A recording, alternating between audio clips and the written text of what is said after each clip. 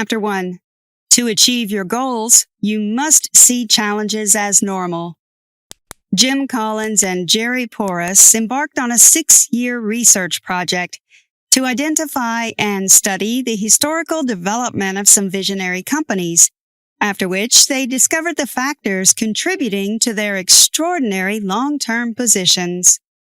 They also examined how these companies vary from a carefully selected control group of comparison companies and found that, although these companies were the best in their institutions, they still had certain imperfections. Most of them have experienced setbacks once or multiple times in history. For example, in the early 1980s, Ford reported up to $3.3 billion in annual losses, and Walt Disney had to go public when it experienced a severe cash flow crisis in 1939. Also, Boeing had huge challenges in the 1930s, 1940s, and 1970s, which led to the company laying off more than 60,000 employees. One key thing was that these visionary companies were very resilient and could bounce back from adversity despite all these challenges. To be successful in life, you need to learn not to give up in the face of difficulty. This summary will acquaint you with widely held myths about visionary companies. You will also gain a handle on lessons that you can apply in your organization.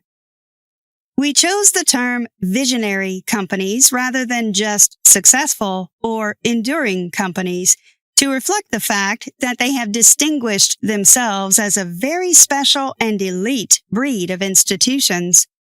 Jim Collins and Jerry I. Porras. Chapter 2. Visionary companies focus on clock building and not time telling because they desire an institution that will outlive them. Visionary companies are leading institutions known for making a significant impact on the world around them. Unfortunately, even visionary leaders, great ideas, and markets can become obsolete and disappear. Yet, visionary companies prosper over long periods through numerous product life cycles and several generations of active leaders. The primary focus of visionary leaders is to build an organization rather than hit a market with a visionary product idea. We can better explain visionary leadership using this analogy. Imagine some people could tell the time and date just by looking at the sun or stars. They would be amazing time tellers, greatly respected for their abilities.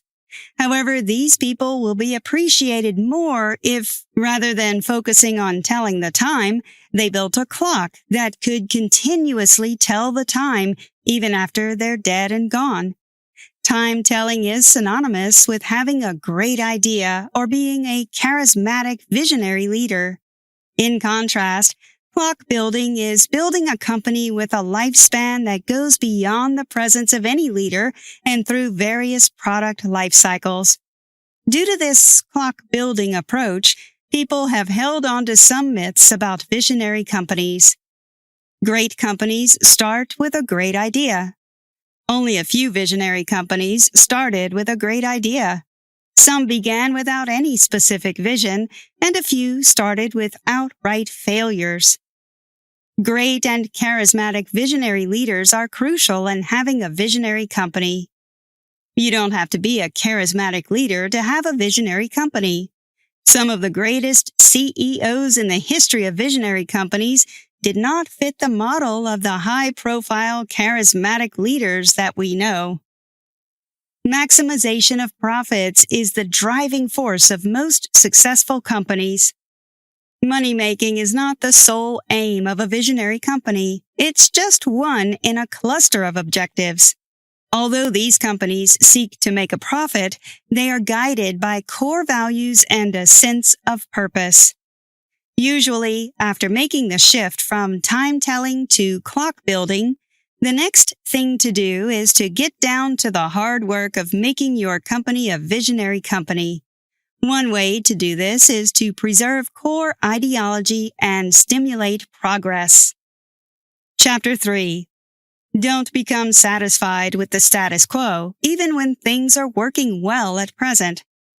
One essential component in building a visionary company is having a core ideology that entails basic values and a purpose that goes beyond making money. Most visionary companies take the preservation and protection of their fundamental ideologies seriously.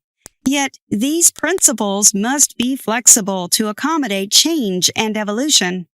For instance, Walmart, an American retail corporation that operates a chain of hypermarkets, departmental stores, and grocery stores. Unwavering core ideology involves exceeding customers' expectations. However, the idea of Walmart having customer greeters at the front door is not a core practice, so it can be changed. Alongside core ideology, a dogged drive for progress will compel change and advancement in areas not part of the core ideology. To become extraordinary in all you do, train your mind to accept that it can beat the odds and achieve great things. The drive for progress aids visionary companies in combining self-confidence with self-criticism. A confident visionary company can set huge goals and take risky steps that sometimes look unconventional. On the other hand, when a company evaluates its performance, it gives room for change and improvement, becoming its own greatest critic. As such, the drive for progress comes from within for continual change and advancement in areas that are not part of the core ideology.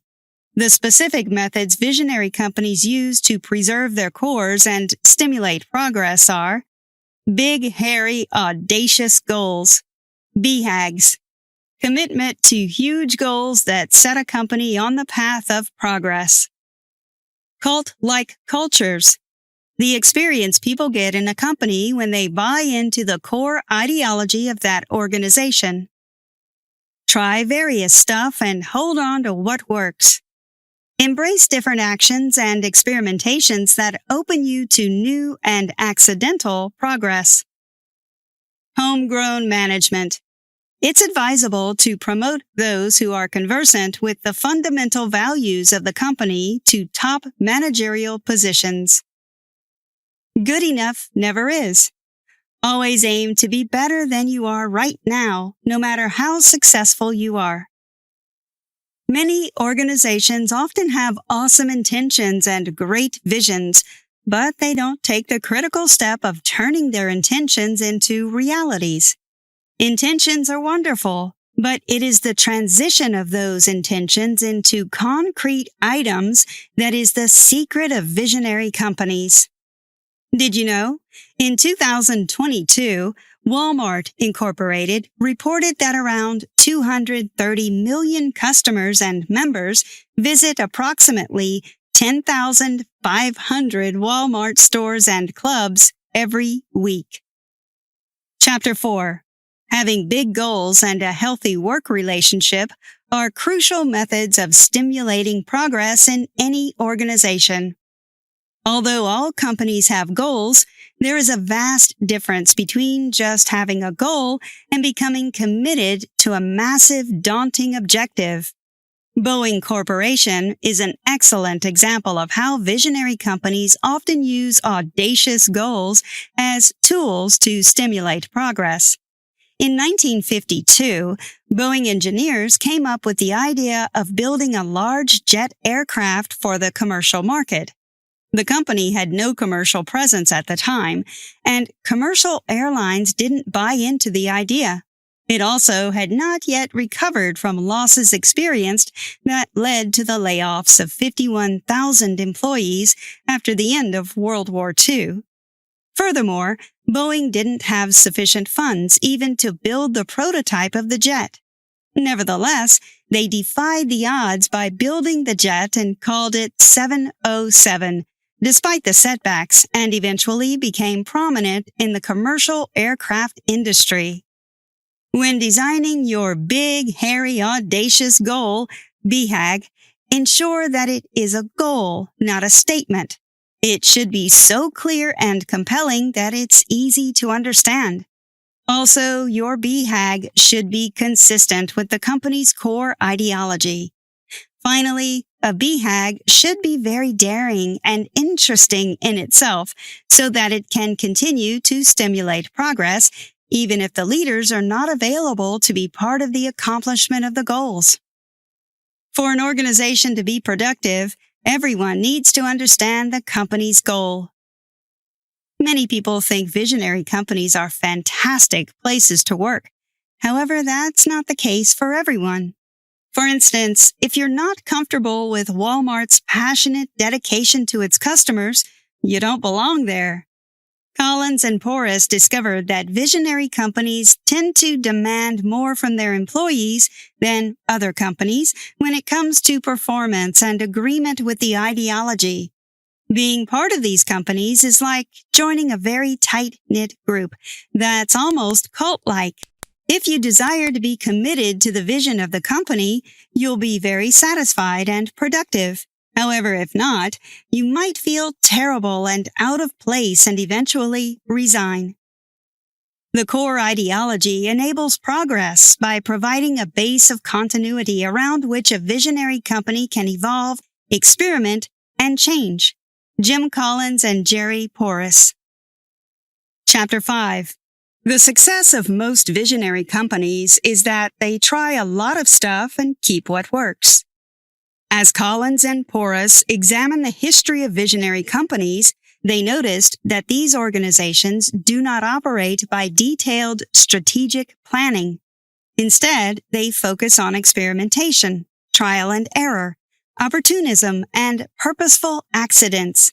For instance, in 1890, a physician sent a letter to Johnson & Johnson, J&J, a supplier of antiseptic gauze and medical plasters, complaining about a patient's skin irritation from certain medicated dressings. In response to this, Fred Kilmer, the company's director of research, sent a packet of soothing Italian talc to apply to the affected skin. Afterward, he persuaded the company to add a small can of talc as part of the package with other products. Then, to the company's greatest surprise, people started placing orders for the talc. J&J responded by creating a different product called Johnson's Toilet and Baby Powder, which became popular globally. That is how J&J got into the baby powder business by accident. This accident eventually grew to become 44% of J&J's revenues and contributed to the company's growth. Your failures are part of your evolutionary process, so don't shy away from them. This unplanned progress is called evolutionary progress, which is quite different from BHAG progress.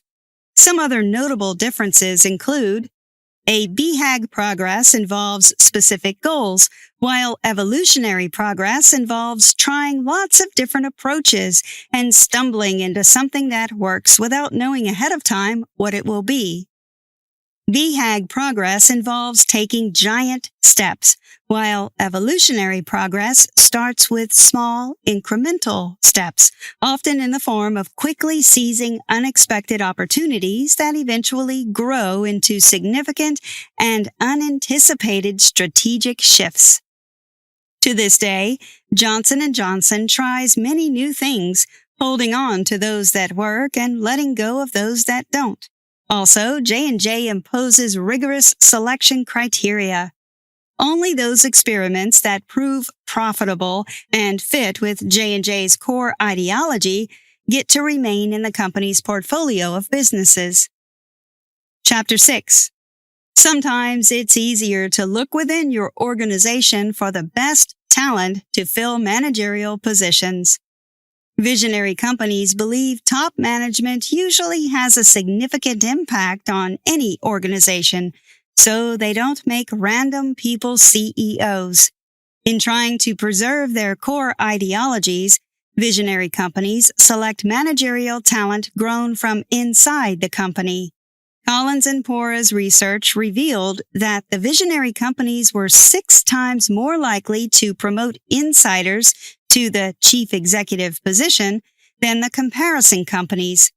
What separates visionary companies from comparison companies is not the quality of leadership, but the continuity of quality leadership. The focus of visionary companies is the organization's future performance. Although all visionary leaders will one day cease to exist, a visionary company can stand the test of time, pursuing its purpose and expressing its core values long beyond the tenure of any single leader. The secret of most visionary companies is not tied to any superior insight that other companies do not have, but discipline, hard work, and deep hatred for self-satisfaction. Most visionary companies thrive on discontent because contentment leads to complacency, which inevitably leads to decline. Collins and Porras' research showed that visionary companies invest in the future more than comparable companies. These companies consistently invested heavily in new property, plants, and equipment as a percentage of annual sales than the comparison companies. The visionary companies also invested much more aggressively in human capital via extensive recruiting, employee training, and professional development programs. For instance, Motorola targets 40 hours per week of training per employee per year and requires that every division spend 1.5% of payroll on training. Furthermore, the visionary companies invest earlier on and more aggressively than the comparison companies in technical know-how, new technologies, new management methods, and innovative industry practices. Instead of waiting for the world to impose the need for change, they're more likely to be earlier adopters. This is how they keep winning. Don't bother just to be better than your contemporaries or predecessors. Try to be better than yourself. William Faulkner. Conclusion. A company must have a core ideology and an uncompromising drive for progress to become a visionary company. Also, it must be well designed as an organization to preserve its core ideology and stimulate progress, with all the parts working in alignment. Although the core ideology and the company's drive for progress are unchanging, their specific methods to maintain the core ideology and stimulate progress should be flexible and give room for improvement. The essence of a visionary company is not built around vision statements, mission statements, or objective statements. Rather, it's based on the translation of the company's core ideology and its unique drive for progress into everything it does. A visionary company creates a soothing environment that makes it easy for employees to understand its ideology and ambitions. Visionary companies have learned to put in the extra effort and discipline to become the best they can be at all times despite apparent challenges. You can apply the lessons from this summary to your day-to-day life. Set principles around you that are non-negotiables, which will be pivotal in driving the force of your life. Build structures around you that will outlive you so that you can continue to build a legacy and make an impact even in your physical absence. Also, think of how your actions will affect future generations. This will help you make informed decisions. Sometimes, people stop working when they make some progress. Don't get to a point where you become so satisfied with your current success that you become complacent. Be aware that you can be better than your current status. Finally, be committed to making big goals that are clear and understandable to instigate progress. There should be something you're always working towards. Don't fold your hands in self-satisfaction. Try this. Before building your project, take some time to draft out your core values and purpose. Write out the principles your company will build on and the reason for the company's existence that goes beyond money. Then come up with strategies to make your principles work.